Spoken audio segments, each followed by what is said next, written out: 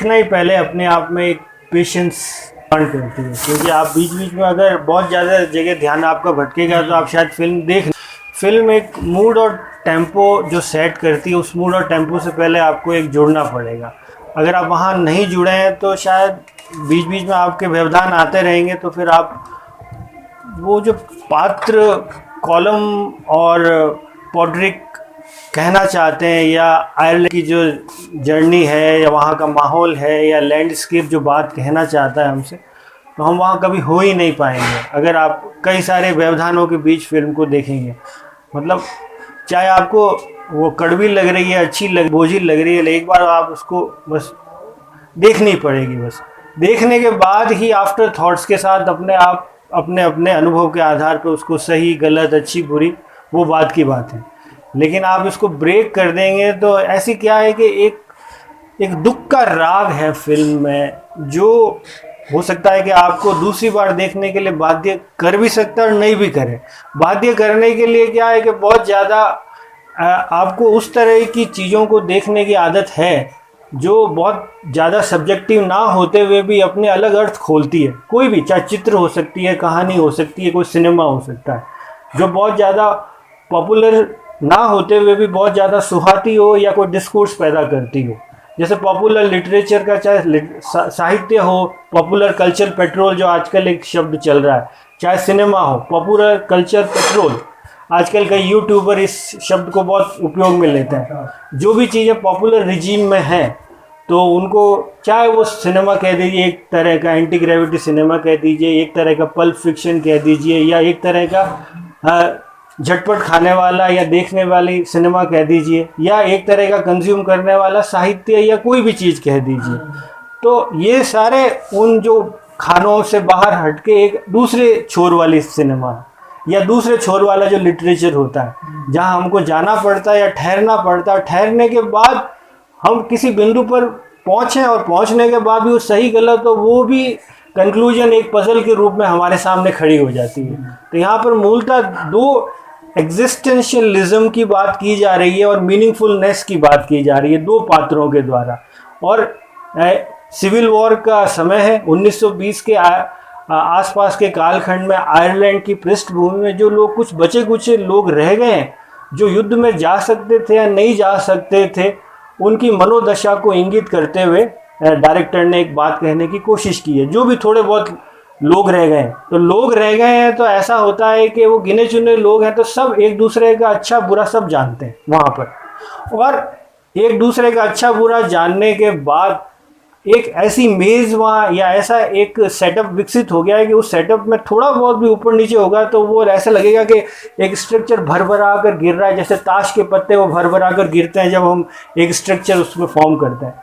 तो बस वैसा ही एक सेटअप, एक फ्रेंड ने कहा कि मैं बात करना नहीं चाहता हूँ, तो वो पूरा सेटअप माहौल को डिस्टर्ब कर रहा है। आप देखिए, जानवरों को भी अलग तरह से डिस्टर्ब कर रहा है और उस सेटअप में जो अन्य लोग जुड़े हैं वो भी डिस्टर्ब हो रहे हैं।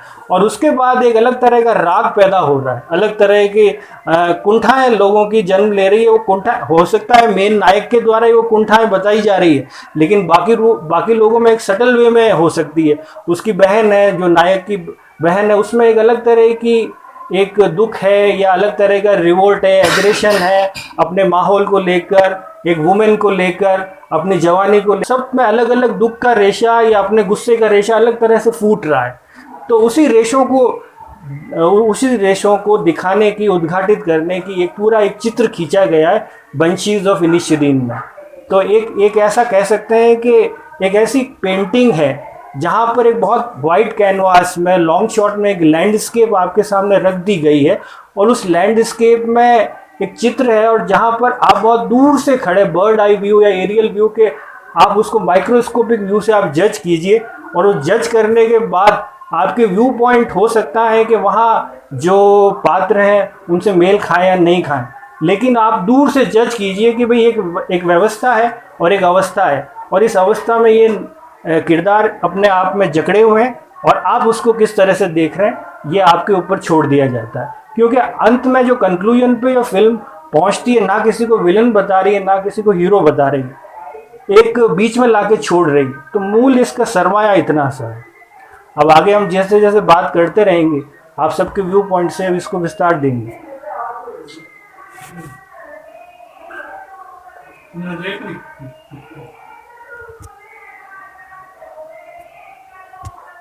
तो एक्चुअली जब आपने ये रिकमेंड की मूवी, मैंने भी इसको 2 पार्ट में देखा। तो पहली बार तो मुझे कुछ समझ में नहीं, क्योंकि साहित्य या रचना संसार में या कला के संसार में हम प्राय 2 बात सुनता है। कविता के बारे में जैसे शायर है या उपराज निजाम साहब कहते हैं कि कविता को एक समझने की चीज है, वो एक कैफियत है, उसको महसूस करना। और वो प्रोज और पोइट्री में कई बार अंतर भी करते हैं। वो कहते हैं कि जो समझने की चीज है वो प्रोज है, और जो महसूस करने की चीज है वो पोइट्री है। मेरे साथ दिक्कत ये है कि मैं प्रोज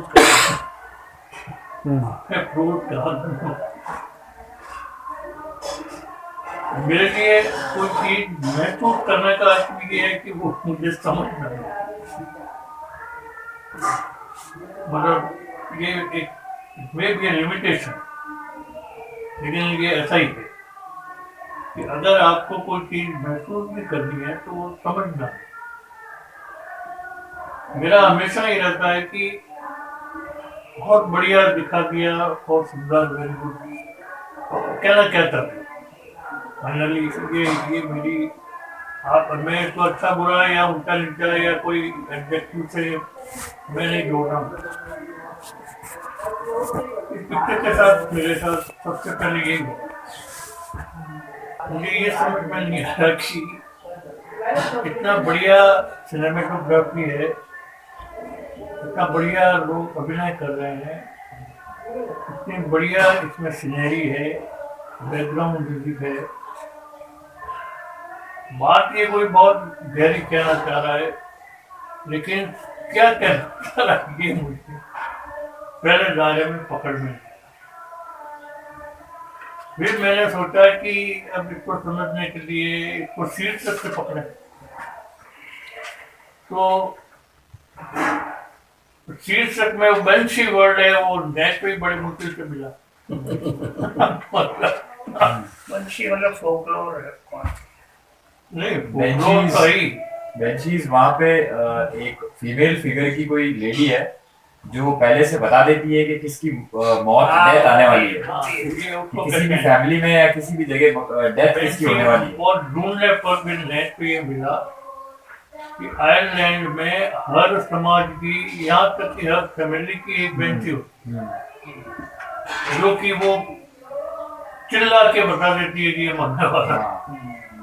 वो इसमें भी बताया, इसमें केवल दिखाया गया है उसको, नहीं वो बताती भी है। हाँ, फिर जब कॉम जब वो करता है ना, जिसका meaning exactly the titular scenes comes when Com reveals the name of the song he is composing, the one he hopes to leave a beach-like legacy, which is the Banshees of Inisherin, inspired by the mythical figures of Aris Fokol, who howl to foretell death. इसके title का meaning ये मतलब ये फिर मैं समझा। इसको समझने के बाद मुझे कुछ कुछ थोड़ा सा ये इसका कुछ थीम हल्का सा मुझे एहसास होने लगा कि ये हो सकता है। आपसे जब बात हुई थी तो वो डायमेंशन भी खुले थे, क्योंकि इसमें पहला डायमेंशन है कि कम्युनिकेशन। पिक्चर की शुरुआत ये होती है कि तुम मेरे से बात क्यों नहीं करते। मतलब क्रक्स ऑफ द प्रॉब्लम पूरे पिक्चर में ये लगातार एक ही कि एक दो व्यक्तियों में एकदम संवाद कर रहा था, एक एजेड है और एक यंग है कंपैरेटिवली, उनके बीच में एकदम संवादहीनता की स्थिति आ गई। और वो जो यंग जो लड़का है वो उससे बार बार उसको पूछ रहा है कि यार कल तक तुम ठीक थे और एकदम से क्या हो। तो पहली तो बात ये समझ में आती है कि ये something about lack of communication. ये सब मतलब ये सब इशारे हैं। अभी तक मैं किसी नतीजे पर पहुंचा हूँ ऐसा अभी तक भी नहीं है। ये एक इशारा जो टाइटल से मिलता है कि there is something related to death, prediction of death. तीसरा जो वो जो कॉल में वो अल्टीमेटली अपने आप को उजागर करता है कि यार मुझे बात करने का टाइम नहीं, मतलब मेरे पास अब बहुत कम समय रह गया है और मैं उसको किसी मीनिंगफुल चीज में यूज करना चाहता हूँ। ये तुम्हारी बकवास मुझे सुनने का टाइम नहीं। तो तीसरी बात जो इस फिल्म से जो मैसेज मैंने पकड़ने की कोशिश की, शायद जो कि एक बहुत पॉपुलर थॉट के रूप में भी अपन लिटरेचर में देखते हैं कि एक आदमी किसी स्टेज पर जाकर उसको लगता है कि अब मेरे पास बहुत कम समय रह गया है और मुझे कुछ मीनिंगफुल करना है। कोई नोबेल लॉरिएट की ऐसी कोई पोएट्री पोएम वगैरह भी कई बार अपने सामने आती है। उस दृष्टि से भी उस पिक्चर को मैंने समझने की कोशिश की और उसको जो कॉल में वो अपना प्रूव भी करता है। वो वर्ल्ड पे अपनी वो कोई रात बनाता है कि ये, और उसको वो कहता भी उनके दोनों के बीच में एक डायलॉग होता है। इस डायलॉग के नाते मैंने ये समझने की कोशिश की इसमें शायद ये picture about meaningfulness of life, purpose of life, objective of life.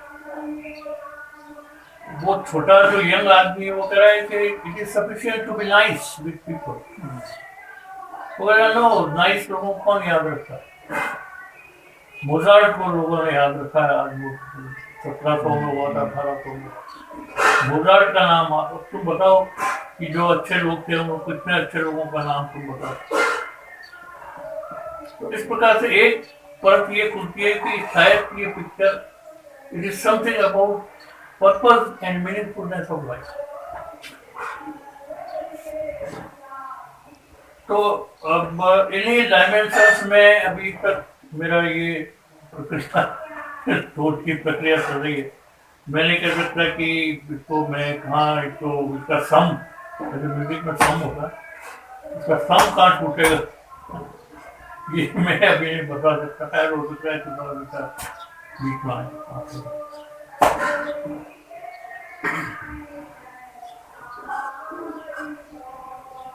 Hollywood का स्टाइल रहा है जब ऐसे अनछुए प्रश्नों को उठाने की, इसके बारे में ज़्यादा सोचा नहीं जाता है। खास करके कुछ एक डायरेक्टर्स जो इस जॉनर के हैं उनकी तो आप पिछली कई सारी फिल्में उठा कर देखेंगे तो इसी तरह की फिल्में बनाते हुए आए हैं और उनको ये फर्क भी नहीं पड़ता है कि वो फिल्म क्रिटिकली एक्लेम की जाएगी या कितना वो बॉक्स ऑफिस पे पैसा कमाएगी। कुछ साल पहले आपने रसल क्रो की कुछ मूवी देखी होंगी, तो इसी टाइप की फिल्में वो बनाते थे।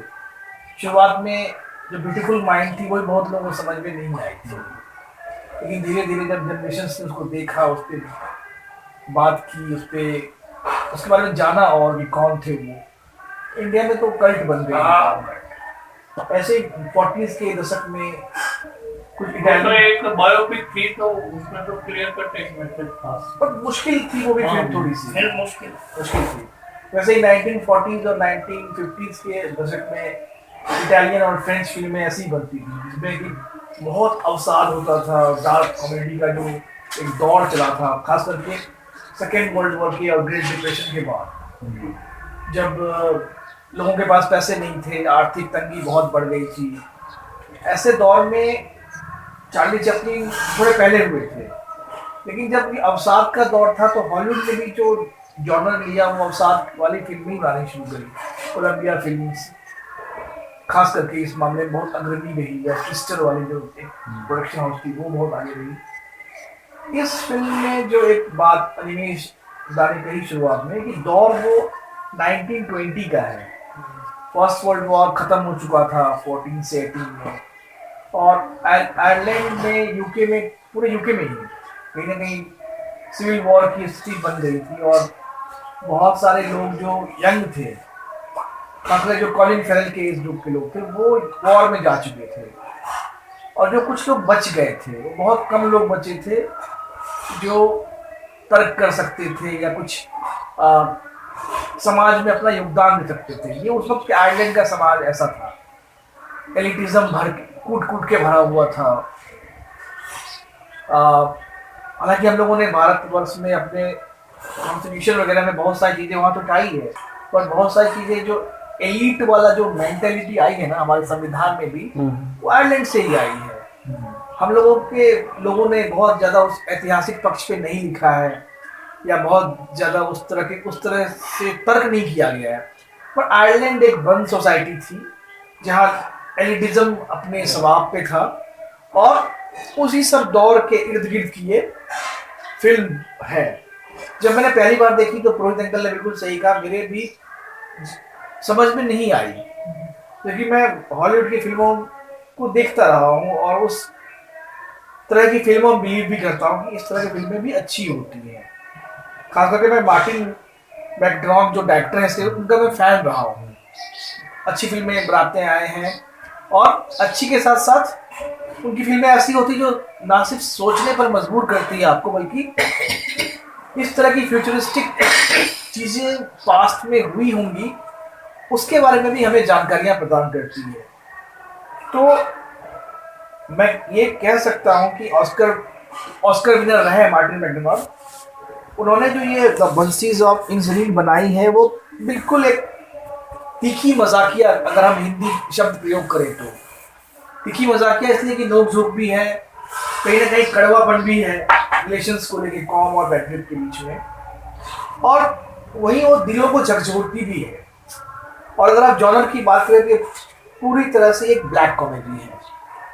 हमारे हिंदुस्तान में ब्लैक कॉमेडी बहुत कम बनती है, अगर बनती भी है तो चलती नहीं है। तो हमारे यहाँ पे इस तरह के एक्सपेरिमेंट भी बहुत कम हुए हैं ब्लैक कॉमेडी। एक आध आप नाम अगर ब्लैक कॉमेडी में बता सके तो जाने भी दो यारो, अंगूर भी ब्लैक कॉमेडी नहीं थी। जाने भी दो यारो कह सकते हैं एक तरह से कि वो ब्लैक कॉमेडी थी, पर उस तरह की फिल्में शायद 80 के दशक में एक आध बनी थी जब इप्टा वाले और नेशनल फिल्म फेडरेशन वाले जागरूक थे। अब तो ब्लैक कॉमेडी के बारे में आप सोच भी नहीं सकते हो इंडिया में खास करके। वैसे भी आप सिंपल भी कॉमेडी बनाते हो या कोई फिल्म बनाते हो तो कई सारे तरह के इसमें विरोध होने लगते हैं, तो ब्लैक कॉमेडी बनाना तो बहुत रिस्की है। तो ये पूरी की पूरी ब्लैक कॉमेडी है जो आयरलैंड के दूरस्थ सदर्न आइलैंड पे इसको पूरा का पूरा शूट किया गया है। आपने जो बात कही ना, वो उस बात से मैं भी सहमत हूँ। इसकी जो सिनेमाटोग्राफी है, इसे बेन डेविस ने किया है, वो बहुत होमवर्क करता, वहाँ के वाटर लेवल को चेक करता। नहीं, कहने का मतलब उसमें उस फैसले में कभी कभी देखते तो उसमें हंसी भी देखते और त्रासदी भी नहीं, त्रासदी भी नहीं थी, हंसी भी नहीं थी। उस जमाने में मंगोलों का लगातार अटैक दिल्ली पे हो रहा था और मंगोलों के लिए दिल्ली आना बहुत आसान था। उसके दूरगामी तो थे उसके काफी। तुगलक ने 4 बेहतरीन काम किए जो चारों उसके फेल्योर रहे, और चारों के रीजंस है कि उसने होमवर्क नहीं किया। उस पर बाद में बात कर लेते हैं, पहले इस पे आ जाते हैं। तो ये एक डार्क कॉमेडी है। सबसे कमाल की बात है कि बहुत कम फिल्में होती हैं जो जिसको वीनस जैसे फिल्म फेस्टिवल में इसका प्रीमियर होता है, और उस प्रीमियर में 15 मिनट्स का स्टैंडिंग ओवेशन लगातार मिला था इस फिल्म को। और ये भी 3 गोल्डन ग्लोब और 9 ऑस्कर के नॉमिनेशन में है, तो शायद टाइटैनिक वगैरह के रिकॉर्ड भी टूट जाए। और जो आपने कहा ना अंकल, वो बेन डेविस की सिनेमाटोग्राफी तो अतुलनीय है, अद्वितीय है कह सकते हैं। एक तो वो एक्सप्लोर नहीं किया गया उस तरफ के आयरलैंड को, जैसे हमारे हिंदुस्तान में इम्तियाज़ अली जो एक बड़े नामचीन डायरेक्टर हैं, सौभाग्य से मेरे कॉलेज के सीनियर भी थे, तो उनके साथ कुछ वक्त बिताने का मौका मिला था मुझे। तो मैंने उनसे सवाल पूछा था कि आप अपनी फिल्मों को ऐसे लोकेशंस पे शूट क्यों करते हैं जिसका हमने नाम ही नहीं सुना होता है। जैसे उनकी एक फिल्म तमाशा आई थी, कोस्टारिका में वो शूट करने गए, मटर गश्ती खुली सड़क पे। तो उन्होंने जवाब दिया कि मैं ऐसे अनछुए पहलुओं को एक्सप्लोर करना चाहता हूँ जहाँ तक हमारे लोगों में सोचा नहीं। वो बिहार के एक, मैं थोड़ा इधर जा रहा हूँ सर, बिहार के एक छोटे से ज़िले में पैदा होते हैं, पटना में। और उनके नाना जी आज़ादी के वक्त के बड़े फ्रीडम फाइटर थे। 1942 के क्रांति में उनका बहुत बड़ा योगदान था बिहार सर्किल में। उनके नाना जी के 2 सिनेमा हॉल थे पटना में। उन दोनों सिनेमा हॉलों में इम्तियाज़ ने फिल्में देख के अपनी जर्नी जमशेदपुर पटना से दिल्ली यूनिवर्सिटी के हिंदू कॉलेज में की। और कहीं ना कहीं उनको ये उसी वक्त वर्ल्ड सिनेमा उन्होंने देखा, जिसमें उन्होंने फ्रेंच फिल्में देखी, इटालियन फिल्में देखी, कुछ ऐसी फिल्में भी देखी जिनका उनके दिमाग पे अमिट छाप पड़ा। और जब वो हिंदुस्तान में हिंदुस्तानी फिल्मों में जुड़े, जब पहली फिल्म उनकी बहुत छोटी सी फिल्म सोचा ना था थी, अभय देओल और आयशा टाकिया थे उसमें। उसके बाद उनकी फिल्मों में आप ट्रांजिशन देखेंगे ना तो कमाल का ट्रांजिशन रहा है। और जब मैंने पूछा कि आप कोस्टारिका या हंगरी या ग्रीस कैसे हिस्सों में शूट करते हैं जिसे इंडिया ने देखा ही नहीं अब तक, तो उन्होंने बहुत कमाल का जवाब दिया कि आप पर्दे पर क्या देखना चाहते हो, आप पर्दे पर सपना देखना चाहते हो, आप पर्दे के ऊपर रूहानियत देखना चाहते हो, आप पर्दे के ऊपर कामनेस देखना चाहते हो। मेरी फिल्मों में आपको वही रूहानियत, वही कामनेस और वो एक जन्नत वाला सपन दिखता है। अब तक तो हम यश चोपड़ा स्विट्ज़रलैंड ले जाते थे, या अनिल शर्मा जी हमें वो जो माउंट है जो हाईएस्ट पीक है यूरोप का, वहाँ ले जाते थे हीरो जैसी फिल्मों में। तो हमने कोस्टारिका दिखा, और बाद में आपको यकीन होगा, इस बात को खुशी होगी कि उस साल सबसे ज़्यादा इंडियन टूरिस्ट कहीं गए तो वो कोस्टारिका गए, जिसके लिए कोस्टारिका गवर्नमेंट ने इंडियन फिल्म इंडस्ट्री के सारे फिल्मों को वहाँ शूट करने के लिए टैक्स एग्जेम्प्ट कर दिया। इस फिल्म के बाद भी सदर्न आयरलैंड में टूरिस्टों का इतना आउटफ्लो हुआ है कि आयरिश गवर्नमेंट को हाथ जोड़कर माफ़ी मांगनी पड़ी है कि हम और ज़्यादा टूरिस्ट नहीं ले सकते हैं।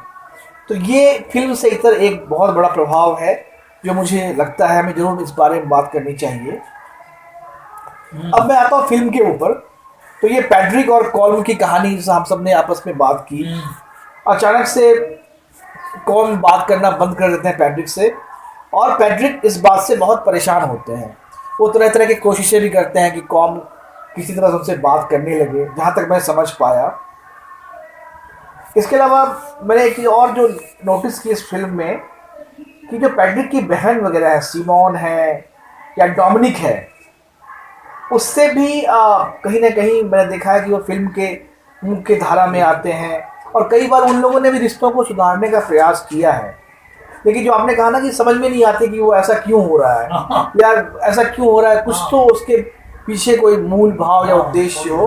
तो वहाँ मैं रिलेट कर पाया कि जो आयरिश वो फोकोर है ना, कि हॉवेल डेथ, वो कहीं ना कहीं कॉम को, वो हो सकता है उम्र ज़्यादा थी, ये एक रियलाइजेशन होता है इंसान को, अब मैं बहुत दिन नहीं बचने वाला हूँ, तो मैं ऐसे मीनिंगलेस चीज़ों के साथ मैं इन्वॉल्व नहीं रहना चाहता हूँ।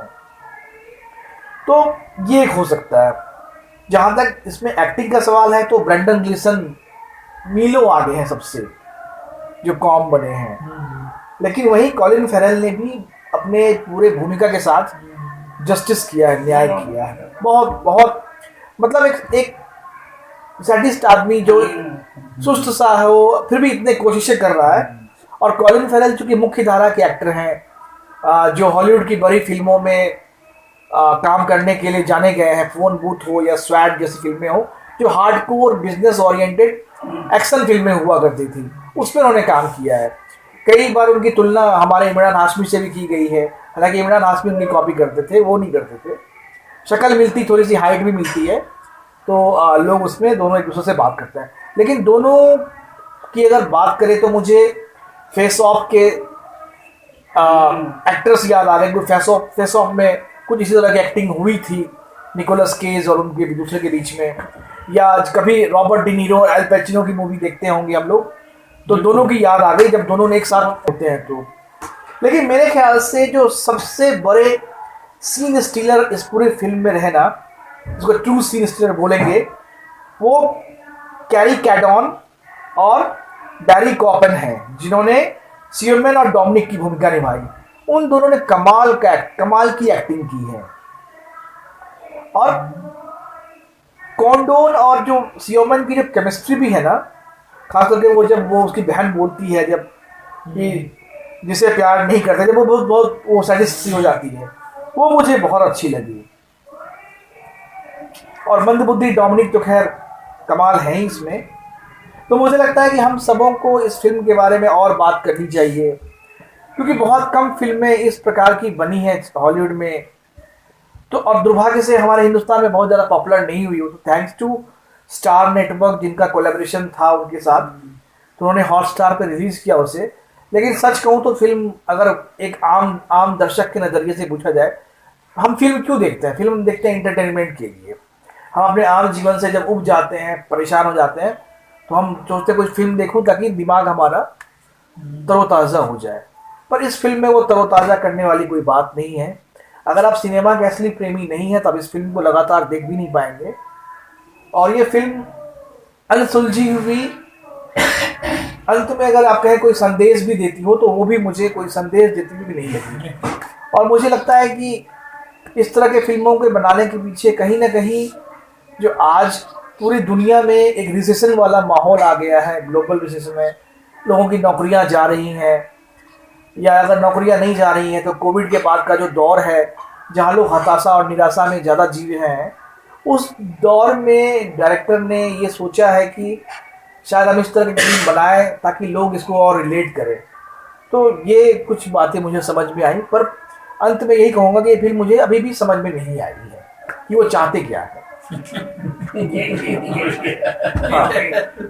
ये तो वाकई समझ वो चाहते क्या है वो मेरे अभी भी समझ में नहीं आई है। रॉनी सर और बता पाए इस पे। मैंने ये मूवी इसलिए देखी क्योंकि फर्स्ट ऑफ ऑल इसलिए देखी क्योंकि ये ऑस्कर नॉमिनेटेड थी। मैं एवरी ईयर ऑस्कर नॉमिनेटेड जो भी मूवीज होती है डाउनलोड करता हूँ और देखता हूँ। और सेकंड पॉइंट ये था कि ये मार्टिन मैकडोना की थी जिसने पहले 3 बिलबोर्ड्स बनाई थी, वो भी ऑस्कर में। वो मुझे बहुत अच्छी लगी। 3 बिलबोर्ड बिल्कुल उस मूवी और ऑस्कर नॉमिनेटेड की वजह से मुझे लगा देखता हूँ। पहली बार मैंने देखा तो मुझे जनरल लेवल पर स्टोरी वाइज काफी ड्राइव कर रहा है। मैं देख रहा हूँ, कंटिन्यू देख रहा हूँ। वो नाराज हो रहा है, फिर वो उसको मनाने की कोशिश कर रहा है, वो मान नहीं रहा है, वो बोल रहा है मेरे को लाइफ में ग्रो करना है, आप डल हो। अब मैं डलनेस की तरफ नहीं जाना चाहता। हम बियर पियेंगे, पब में चलेंगे, ये लाइफ मुझे नहीं चाहिए। मुझे एक नई कंपोजिशन करनी है और आगे बढ़ना है जिंदगी में। अब ये एक आइसोलेटेड आइलैंड पे स्टोरी चल रही है जो फिक्शनल आइलैंड है। वी डोंट नो वो आइलैंड आयरलैंड के पास है, बट उसका कोई नाम नहीं है। इनशिरीन इज फिक्शनल नेम। तो अब उसी दौरान आयरलैंड पे वॉर चल रहा है, सिविल वॉर 1921 में। तो पहले फर्स्ट ऑफ ऑल मैंने सिविल वॉर को सीरियसली नहीं लिया था। मुझे लगा ठीक है, सिविल वॉर से इसका क्या कनेक्शन होगा, और मुझे सिविल वॉर के बारे में कोई आइडिया के लोगों पे उसका कोई असर भी नहीं है। असर है, साइकोलॉजिकल इफेक्ट है उसमें। हाँ उस पे है, वो बताता हूँ मैं। है। तो हुआ क्या कि अब वॉर के बारे में मुझे कुछ भी नहीं पता था। पूरी मूवी ओवर हुई, मैंने पहले एक तरह से सोशल पॉइंट ऑफ व्यू से मूवी को देखा, एक सोसाइटी के पॉइंट ऑफ व्यू से। फिर मूवी खत्म होने के बाद मैंने सिविल वॉर के बारे में डॉक्यूमेंट्रीज वगैरह कुछ वीडियोस देखे और मैंने काफ़ी पॉइंट्स कनेक्ट किए।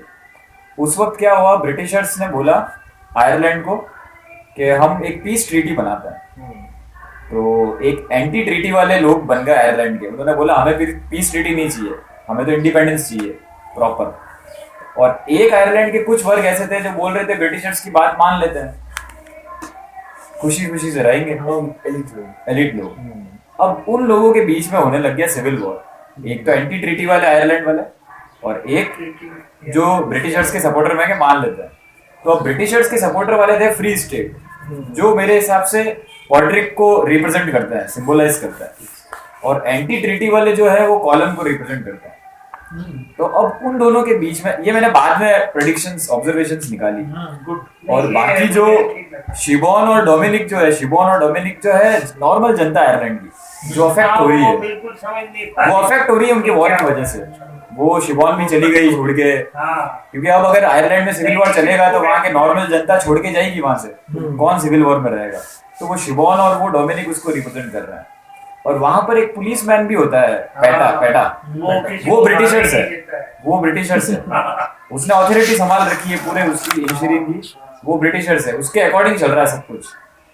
तो इस तरीके से मैंने ऑब्जर्वेशन की और एक मूवी आई थी इंडिया में विशाल भारद्वाज की पटाखा। पटाखा में भी इंडिया और पाकिस्तान को, दोनों बहनों का जो झगड़ा, अब हालांकि यहाँ पर झगड़ा थोड़ा सा सेटल वे में हो रहा है क्योंकि ये आयरलैंड की स्टोरी है तो वहाँ का अलग कल्चर है। अब पटाखा जो है रूरल कल्चर को दिखाता है, तो उसमें दो बहनें झगड़ा करती है बहुत ही एक्सट्रीम लेवल पे, तो वो इंडिया और पाकिस्तान को रिप्रेजेंट करती है। लास्ट में विशाल भारद्वाज एक कोट भी लिखता है, कुछ मुझे याद नहीं है वो, हालांकि इंडिया पाकिस्तान को वो दो बहनें रिप्रेजेंट कर, देखी होगी पटाखा।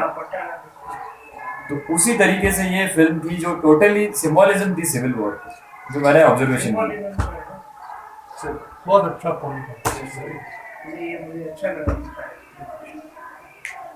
स्टार्टिंग में मैंने सोसाइटी के पॉइंट ऑफ व्यू से देखी, मुझे लगा ये सोसाइटी को दिखा रही है, पर जब बीच बीच में सिविल वॉर का जिक्र भी आ रहा था और वहां पर वॉर भी चल रहा है, वहां पे मेनलैंड पे वॉर चल रहा है, तो फिर मैंने उस पर सर्च किया तो मुझे थोड़ा सिंबोलिज्म नजर आया पूरा।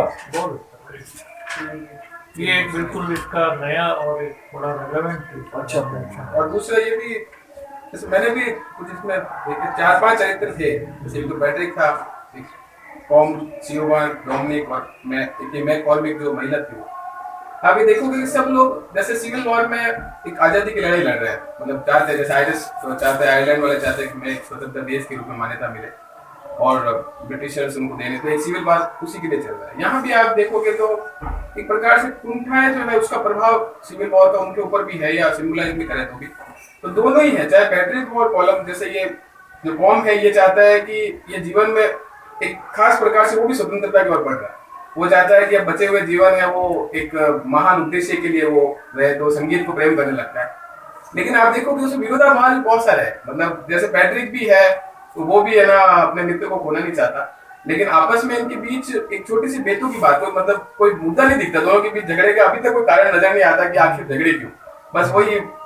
तो ये भी एक प्रकार से हास्यास्पद लगता है ना, जैसे बड़े बड़े युद्ध भी मुझे लगता है कोई बेतु के कारणों से होते हैं, उसी तरह नहीं, मैंने डॉक्यूमेंट्री में देखा उसी दौरान फ्री स्टेट और एंटी ट्रीटी वाले आपस में लड़े ही जा रहे थे। हाँ, और वो रुक नहीं रहे थे, उनके बीच कोई कारण होता नहीं है।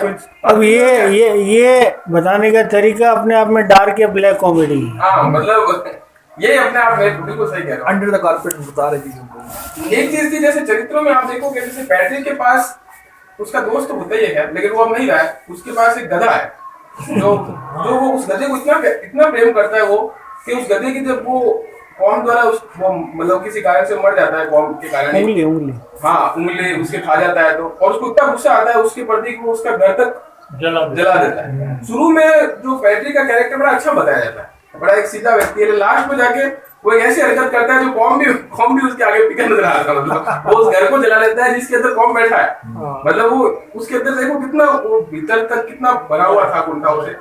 और लेकिन पैट्रिक के पास गधा है, कॉम के पास भी कुत्ता होता है, उसका एक कुत्ता, यदि उस कुत्ते के प्रति उसका प्रेम इतना दिखा नहीं, लेकिन वो अपने खालीपन को जो है संगीत द्वारा बनने की कोशिश कर रहा है। उसको लगता है कि लिखा क्या वो, लेकिन कुत्ता होता है उसका, और साथ में उसके साथ संगीत भी है, डांस करता। लेकिन पैट्रिक के पास जीवन में पाने के लिए एक गधा, उसके जीवन के रिक्तता को दो ही लोग कर रहे हैं, एक तो वो कॉम कर रहा था, उसकी बहन कर रही है, और वो कुत्ता जो गधा है वो कर रहा है। लेकिन अब धीरे धीरे क्या हो रहा है, कॉम अलग हो गया, उसके पास गधा है और उसकी बहन है, वो बहन भी उसको छोड़ के चली जाती। तीसरा सियोबान जो उसकी बहन है, उसके पास जीने कोई रस नहीं है, उसको एक परिदृश्य में देखो, और उसके पास सच में वो किसी से प्रेम करती है ऐसा कहीं नजर नहीं आया, और वो तो इतनी उस झगड़े और उस अस्तित्ववादी संघर्ष में इतनी बेचैन हो जाती है कि वो पलायन का रास्ता चुनती है। वो कहती है कि मुझे तो अब दूसरी जगह से काम का मौका मिल गया है, और वो छोड़ने पर मजबूर हो रही है। यानी ये तीसरा कैरेक्टर है जो एक अलग ढंग से चल रहा है। और चौथा जो डोमिनिक का कैरेक्टर है, वो और भी विकसित मनुष्य है, लेकिन वो उसके पास न पलायन का कोई रास्ता है, न वो कोई किसी चीज में कुछ और खोज रहा है, और शायद वो आत्महत्या करता है अंत में, या फिर उसकी हत्या होती है या मर जाता है, वो पता नहीं है। उसके पिता से भी हाँ वो दुर्घटना ही होती है। और चौथा मैकॉर्बिन का किरदार आता है। एक तो ये था कि सभी चरित्र जो है क्रमशः बढ़ते हुए नजर आते हैं। साथ साथ में मैंने ये भी नोट किया कि दोनों जैसे एक और चीज मुझे बड़ी लगी, मतलब जैसे कॉम क्या करता है, वो ऐसे तो महान काम करना चाहता है, लेकिन वो साथ साथ में आत्मगंदा भी कर रहा है। आप देखो ये मतलब बड़ी अजीब बात है, एक व्यक्ति संगीत के प्रति इतना प्रेम कर रहा है, मतलब प्रेम है क्या उसके अंदर, प्रेम का तत्व तो नहीं है, मतलब आप देखोगे। और दूसरा जैसे ये कि इसके साथ भी होता है, ये जो पैट्रिक है, पैट्रिक भी मुझे थोड़ा आत्म केंद्रित व्यक्ति नजर आया। वो ऐसे नजर आया कि वो उस कौम के प्रति जो प्रेम है वो वास्तव में वो अपने भीतर की रिक्तता को भरने के लिए उसका प्रेम है, नहीं तो वो जब बात नहीं कर रहा तो अपने अंदर खालीपन महसूस कर रहा है। और अगर सच्चा प्रेम होता है उसके भीतर तो शायद वो उसको छोड़ देता है कि चलो तुम अपने रास्ते पर रहो, मैं मेरे जैसे भी है चलो बल्कि। और साथ साथ में कौम के साथ एक और वाक्य आया था, जब उसकी बहन छोड़ के जाती है, उसका आत्मा केंद्रित वहां दिखती है, वो बहन को कहता है कि मेरे खाना कौन बनाएगा। मतलब वो ये वाक्य करता थी, वो बोलती है उसकी बहन की तुम्हें खाने की पड़ी है, मतलब मैं चाह रही हूँ नहीं, फिर वो कहता है मेरा कहने का मतलब मेरा क्या होगा मतलब आप यहाँ भी देखिए कि जो दोनों चरित्र है वो कितने आत्म केंद्रित है। और वास्तव में युद्ध के साथ भी यही होता है कि बेतु की बातों पे झगड़कर और एक ऐसे मुकाम पे पहुंच जाते हैं वो शायद अंत में दृश्य मुझे ऐसा लगता है कि वो युद्ध चल रहा है, युद्ध खत्म हो जाता है, लेकिन वो बाद में समाज की थोड़ी सम्मान नजर आती है, लेकिन वो इतना कुछ कर चुके होते हैं। एक व्यक्ति तो अपनी अंगुलियां खो चुका है, एक